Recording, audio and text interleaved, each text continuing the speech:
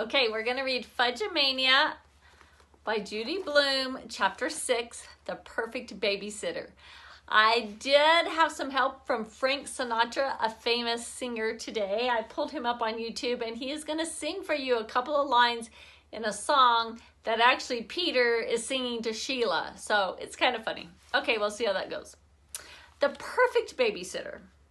The next morning, Sheila cornered my mother on the porch. She had the brilliant idea that she should babysit Fudge and that Mom should pay her.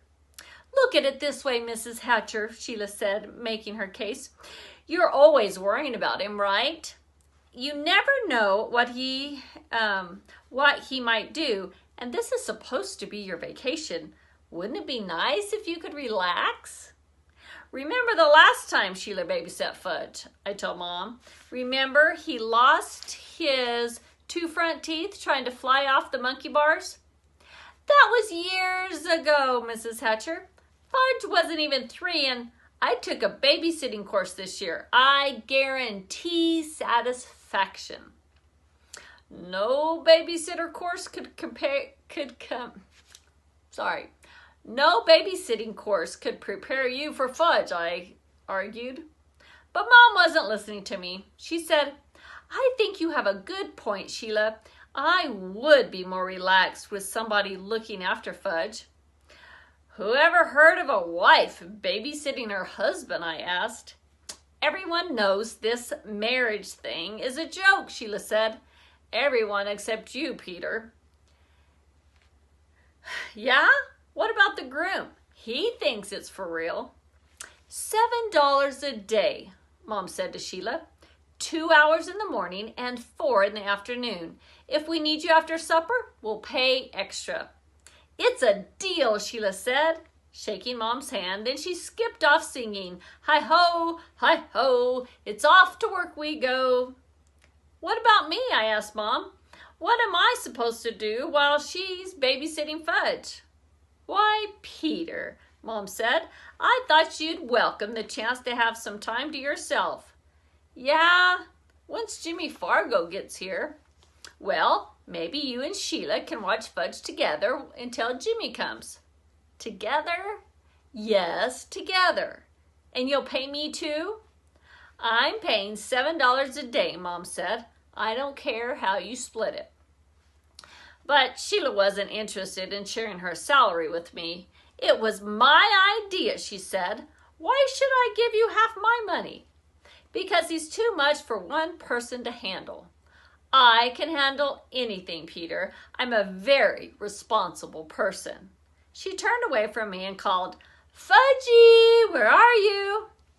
"Up here, honey," Fudge called back in his best husband voice. He was sitting on a branch in the swing tree. "What are you doing up there?" Sheila asked, standing under him. "Resting," Fudge said.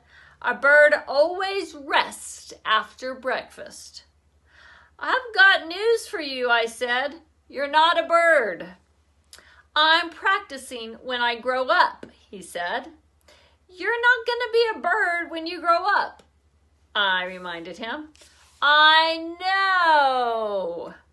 I'm not going to be a bird," he said, swinging his feet. "I'm going to be a bird breather." "What's a bird breather?" Sheila asked. "Somebody who breathes birds." "I never heard of that," Sheila said. "People don't breathe for birds." "That's how much you know." Sheila looked at me. "He means a bird breeder," I said. "Without me around, she'll never understand Fudge." "Oh, a bird breeder," Sheila said. "That makes sense." "What makes sense?" Fudge said. "Being a bird breeder," Sheila said. "What's a breeder?" Fudge asked. "Someone who breeds birds and animals," Sheila said. "What's breeds?" Sheila looked at me again. "You wanted to be in charge," I said. "You answer." "It's someone who raises animals," Sheila explained, Like a dog breeder raises dogs, and a cat breeder raises cats, and a bird breeder raises birds. And baby breeders raise babies? Fudge asked. Not exactly, Sheila told him. Parents raise babies. How come baby breeders don't raise babies? I don't know, Sheila said. It just doesn't work that way. I started to laugh. Just wait till she finds out how many questions he asks in a day. Now come down from that tree, Sheila told him. No. Very well, she said, sounding exactly like our 5th grade teacher. She marched off toward the garage and came back with a 10-foot ladder. Just as she got it to the tree, Fudge scrambled down as fast as a squirrel. Ha ha, he sang, fooled you, didn't I? Sheila put her hands on his shoulders and her face right up close to his. Now listen to me, Fudge Hatcher. I made a deal with your mother. I'm going to be your babysitter and you're... He didn't wait for her to answer. I thought you were going to be my wife. First, I'm going to be your babysitter, she said, and if that works out, we'll talk about the wedding. After lunch, everyone went off to their own afternoon activities, just like a summer camp. Libby went to work at the ice cream parlor. Grandma and Buzzy Sr. went for a hike.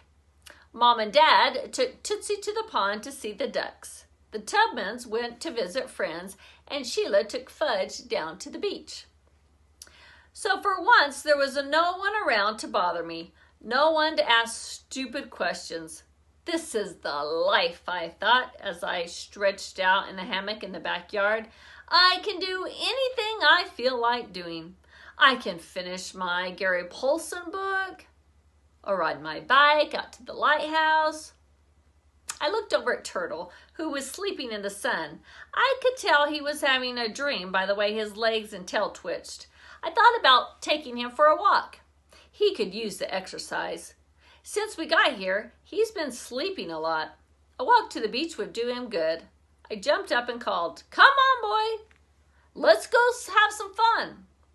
Turtle opened his eyes and looked at me. He yawned. "Don't you want to go to the beach?" I asked, tugging on his collar, but he still wouldn't budge. "Okay, fine," I told him. "Just sit there." I walked away, sure he would follow me, but when I turned back to check, he was asleep again. Who cares, I thought. I don't need him. I don't need anyone.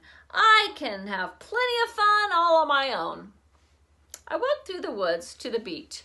Sheila and Fudge were out in front of Mrs. A's house rock hunting. What a joke. The whole beach is made of pink rocks. When the tide is out, you can walk on rocks for miles. I headed in their direction. At first, they didn't notice me. They were too busy choosing rocks and dumping in their bucket. So I snuck up right behind Sheila and made a loud barking noise. Ruff! Sheila jumped about 3 feet. Now I gotta stop here. Remember, Sheila is afraid of dogs. And so for him to go rough and scare her, depends on who you are, but it's just a little funny, right? Okay. Sheila jumped about 3 feet. She was really mad when she saw it was me. "Who invited you?" she shouted. "It's a public beach," I told her. "I don't need an invitation." You want to know, Peter Hatcher, I want you to know, Peter Hatcher, that even if you spend all day, every day with us, you're not getting a penny of my babysitting money. I don't want your money. Then what are you doing here? She asked. Anyone who feels like being here can be here, I told her. So how come you don't feel like being here before? How come you suddenly feel like it now? Okay, ready for the song? I spread my arms wide and sang as loud as I could. Who can explain it? Who can tell you why? Fudge started laughing. Don't encourage him, Sheila said. I kept on singing. Fools give you reasons wise men ever try.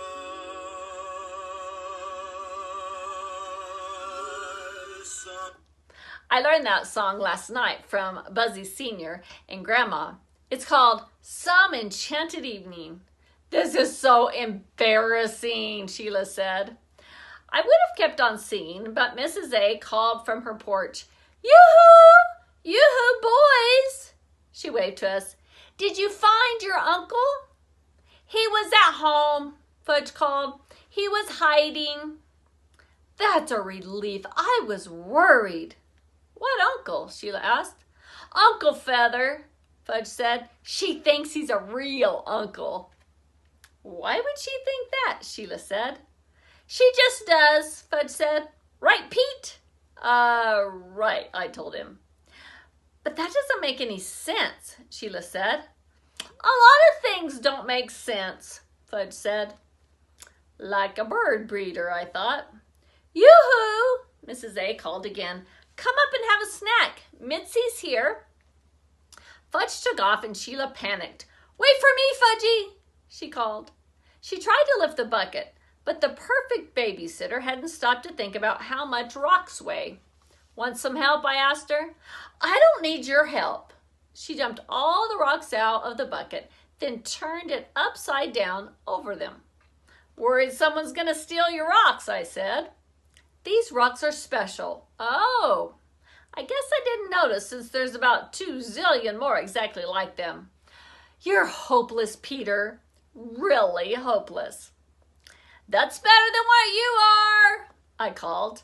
But I don't think she heard me. She was already running up the beach after Fudge. I followed. Not that I wasn't perfectly happy on my own, but why miss out on one of Mrs. A's snacks? All right. I hope you enjoyed chapter 6. Tomorrow is 7. It's called The Best News of the Century. Okay, see you later. Bye-bye.